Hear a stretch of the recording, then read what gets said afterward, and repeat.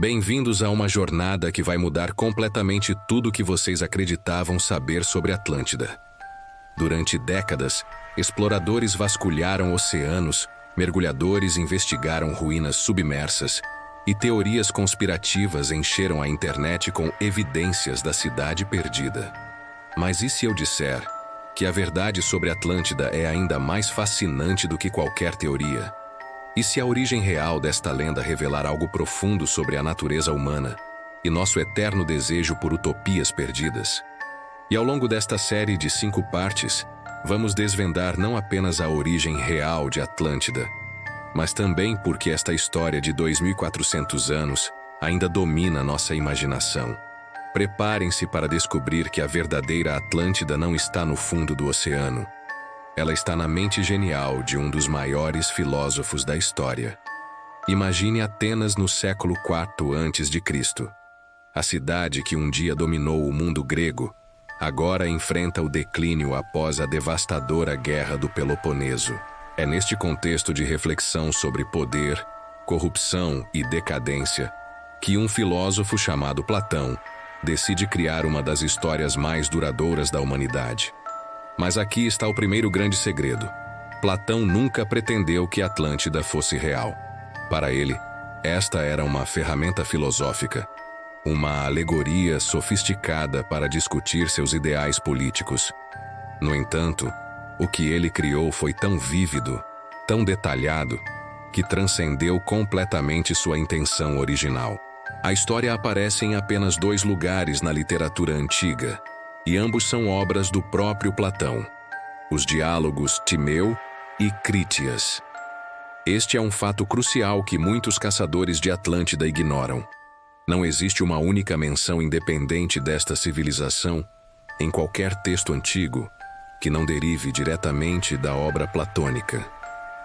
Se Atlântida fosse uma tradição histórica real conhecida pelos gregos, certamente encontraríamos referências em outros autores da época.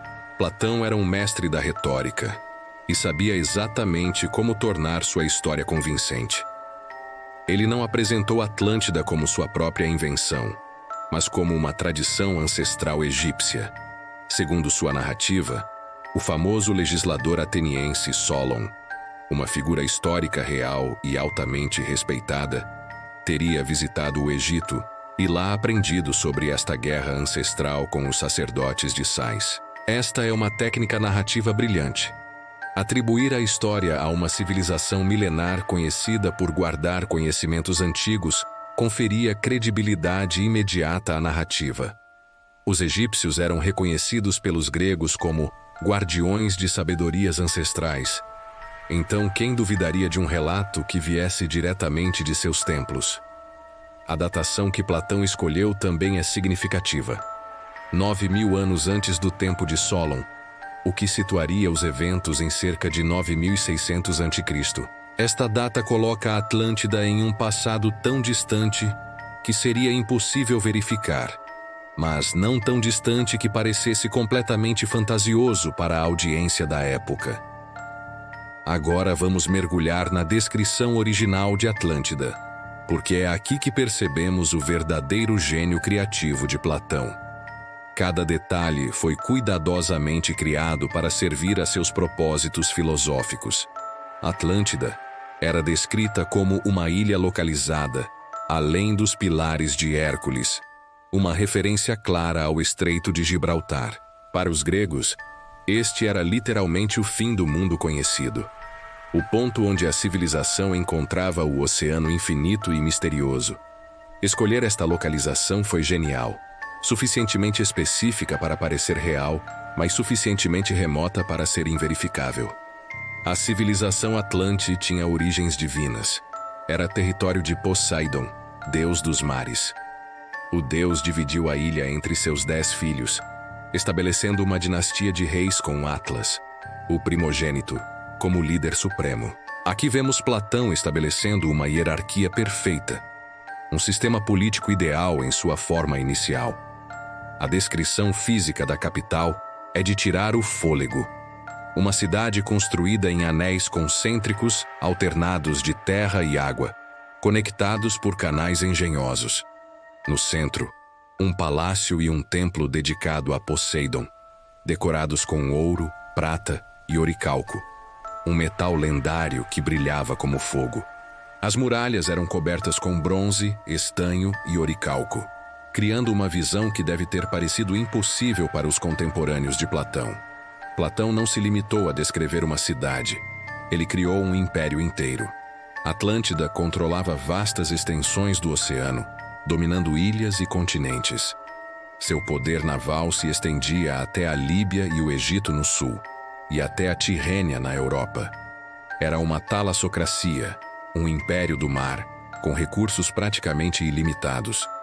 A ilha possuía tudo que uma civilização poderia desejar: solo fértil, animais domésticos e selvagens, incluindo elefantes, metais preciosos, florestas abundantes e um sistema de irrigação tão avançado que permitia 2 colheitas por ano. Era, literalmente, um paraíso na Terra. Mas aqui está o ponto crucial.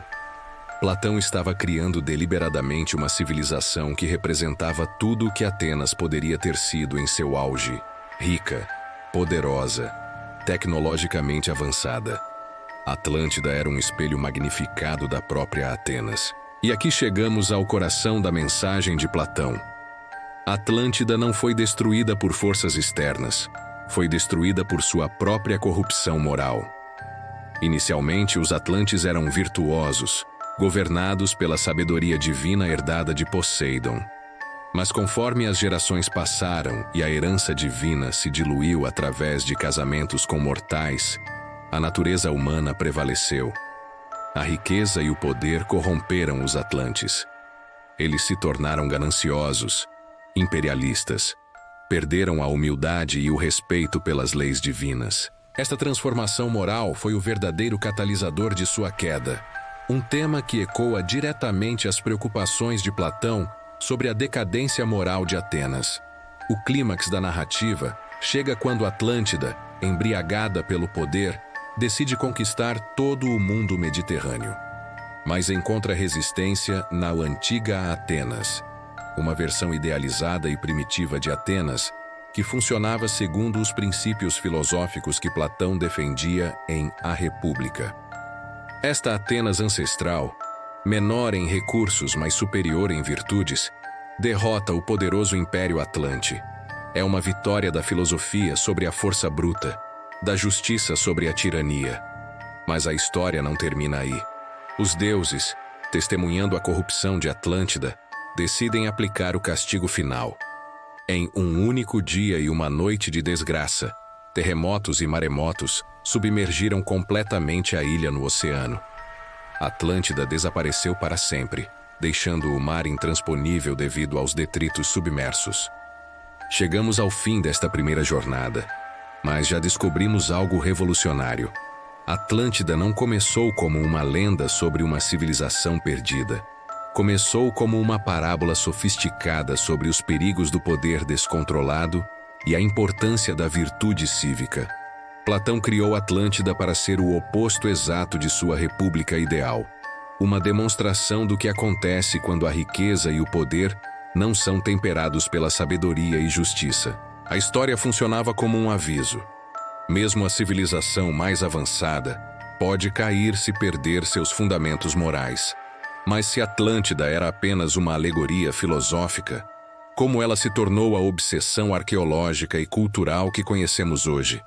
Como uma ferramenta educacional de um filósofo grego, se transformou em teorias sobre continentes perdidos, raças superiores e até mesmo visitantes extraterrestres. Na próxima parte, vamos explorar uma das transformações mais fascinantes da história das ideias.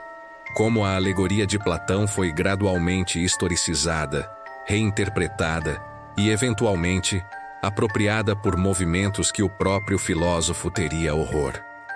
Vamos descobrir como Atlântida saiu dos círculos acadêmicos e conquistou o mundo, nem sempre para o bem.